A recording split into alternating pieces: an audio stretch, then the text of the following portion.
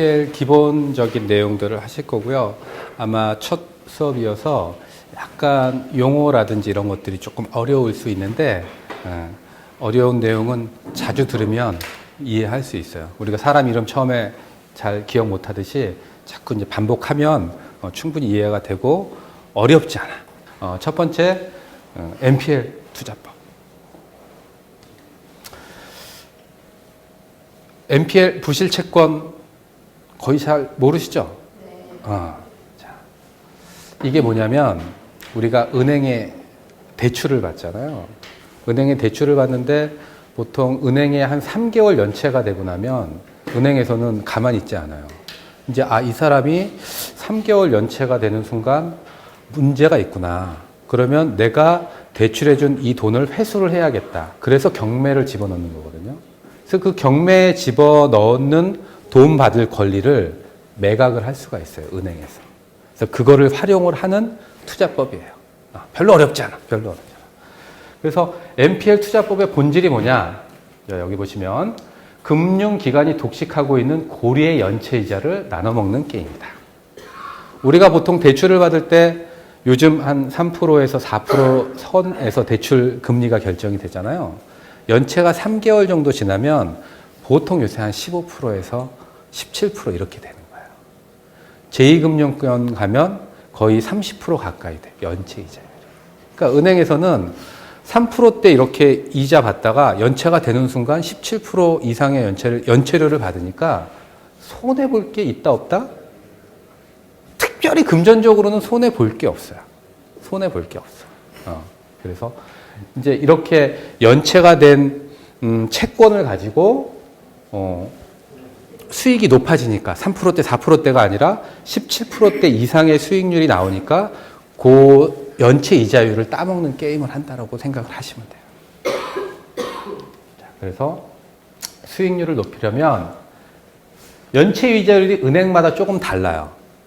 12% 연체 이자율을 받는 데가 있고 17% 받는 데가 있고 제2금융권 같은 경우는 30%까지도 받을 수가 있죠. 그래서 연체 이자율이 높은 이런 채권이나 원금 대비 채권 최고액이 설정 비율이 높은 채권. 이게 무슨 얘기냐면 우리가 대출을 5억을 원금을 빌리면 은행에서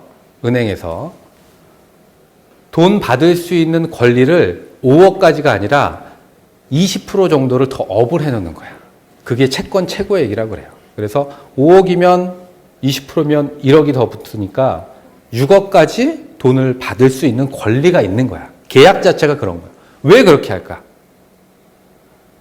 돈 빌린 돈은 5억인데 비용이 발생하지. 그리고 이 사람이 연체가 되면 이자를 내가 받아야 되는데 5억 빌려준 것만 설정을 딱 해놓으면 내가 그 이자는 받을 수가 없잖아요. 그러니까 이렇게 120%, 130%를 설정을 해놓는 계약을 하는 거예요. 그래서 연체 이자율이 높은 채권이나 채권 최고액 설정 비율이 높은 채권이 우리한 만약에 투자를 한다 그러면 이게 이제 수익률을 높일 수 있는 방법이 되겠죠. 이해하시죠? 지금 이제 이 NPL 투자가 말이 많아요. 왜 그러냐면 지금 연체 이자율이 아까 17% 뭐 많은 데는 30% 이렇게 했는데 이제 폐단이 막 생기는 거예요. 이렇게 투자를 해서 다른 대부법인들이 많이 생겨가지고 그 채권을 사서 돈을 받으러 이 사람들이 다니는 거야. 이제 그러다 보니까 여러 가지 문제점이 생기니까 나라에서 이제 이 연체 이자율을 원래 대출, 정상 대출 플러스 3% 내에서 이거를 막자라는 얘기들이 지금 나오고 있어서 시행이 언제 될지 모르겠어요. 그러면 17%짜리가 이제 3%에다가 3% 업이 되면 6%까지 뿐이 못 받잖아요. 17%짜리가 6% 뿐이 못 받아요. 그럼 수익률이 떨어지니까 이 투자법이 이제 할 수 있을지 없을지 이거는 이제 조금 정책에 따라서 달라질 수 있는 부분이죠. 그런 부분이 있다는 거 말씀드리고요. 자, NPL을 알려면 어쨌든 경매에 들어가기 앞전에 대한 부분에 대한 설명이에요. 잘 한번 들어보세요. 자, 부동산을 구매하던데 5억 원의 담보대출을 요 김 씨가 이제 하는 거야. 은행하고, 우리은행하고. 대출을 할 때 은행에서 쓰는 계약서가 두 장이 있어요. 여신 약정 계약서라는 게 한 장 있고 근저당 설정 계약서 보통 우리가 두 장을 써요. 두 장을 써.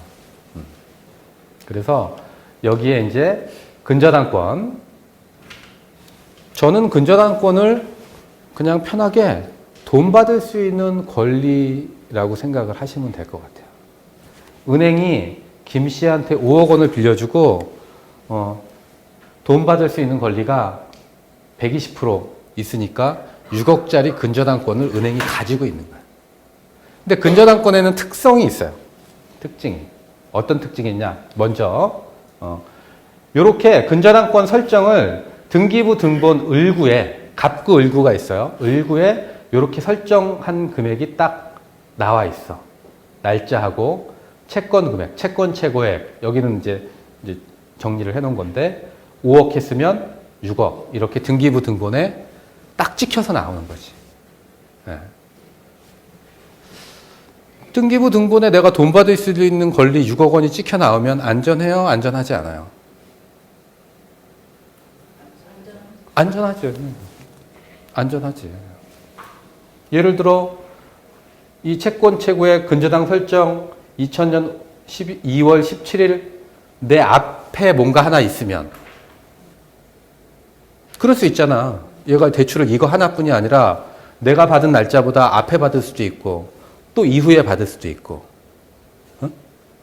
그래서 보통 이 근저당권이 경매 들어갈 때 말소 기준 권리라는 거를 기준이 잡힐 수가 있어요. 그래서 근저당권보다 앞에 있으면 선순위, 뒤에 있으면 후순위 이렇게 표현을 하는 거예요. 선순위 근저당권보다 앞에 있으면 선순위는 내가 물어줘야 될 돈, 경매를 낙찰을 받아서 후순위는 내가 신경 안 써도 되는 것들. 이렇게 그냥 참고사항으로 알아두면 되고 이렇게 이제 근저당권이 등기부 등본에 들어간다는 거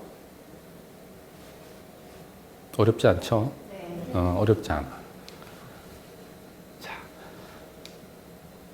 여신 약정 계약서 보통 우리가 대출 원금이 이제 5억이고 대출 이자가 이렇게 3%짜리 대출 계약을 맺었어. 그래서 여신 약정 계약서에는 연체 이자율이 1개월 이상 연체했을 때는 몇 프로, 2개월일 때는 몇 프로, 3개월 이상일 때는 몇 프로. 그래서 3개월 이상일 때 보통 요새 평균 17% 선 정도 이렇게 연체 이자율이 책정이 되어 있어요. 책정이 되어 있어. 그리고 한 가지 더 있는 근저당 설정 계약서에는 채권 최고액이 이렇게 명시가 되어 있어요. 채권 최고액이. 그래서 요 두 가지 계약서를 우리가 대출을 받을 때 쓴다는 거 알고 계시면 될 것 같고요. 자, 이 근저당권 이놈은 도대체 뭐냐? 채권 최고액만 표시되어 있음. 채권액은 주식처럼 매일 변동. 다만 채권의 한도가 존재한다. 이게 무슨 얘기야?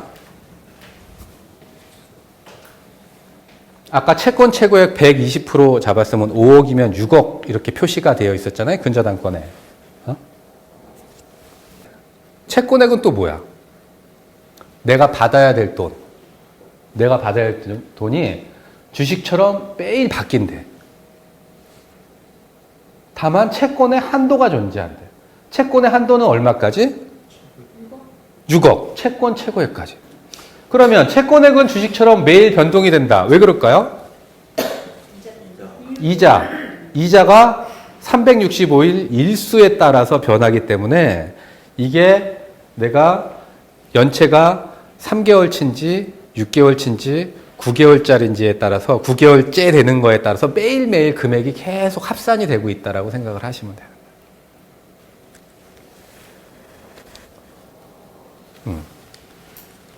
그래서 근저당 채권은 불확정 채권이다. 금액이 딱 정해지지 않은 한도만 정해져 있고 오늘의 금액이 정해지지 않아서 불확정 채권이라고 얘기하고 이 근저당권의 특징은 경매 청구권, 그 다음에 우선 변제권이 있어요. 그래서 근저당권은 아까 그 계약서를 가지고 있으면 나 이제 경매 들어갈 거야 하고 그 서류만 그냥 접수하면 돼. 또 따로 뭐 이렇게 확정 판결이나 이런 거를 안 받아도 되는 거예요. 그래서 은행에서 3개월 연체되면 언제까지 연체료 원금 안 갚으시면 경매 들어가겠습니다. 그럼 진짜 경매가 들어가는 거야. 설마 이게 아니라. 근데 우리가 개인 간의 동거래는 100만 원 빌려가서 안 갚았어. 돈 주세요. 안 갚아. 내용증명 보내. 어쩌고저쩌고. 뭐 이거 왔다 갔다 하고 돈 빌려간 거를 확정 평결을 받아야 내가 그거를 경매를 집어넣을 수 있는데 이 근저당권은 안 그래. 처음부터 약정서 자체가 그렇게 돼 있어서 경매 청구권, 우선 변제권 이런 강력한 힘을 가지고 있어요.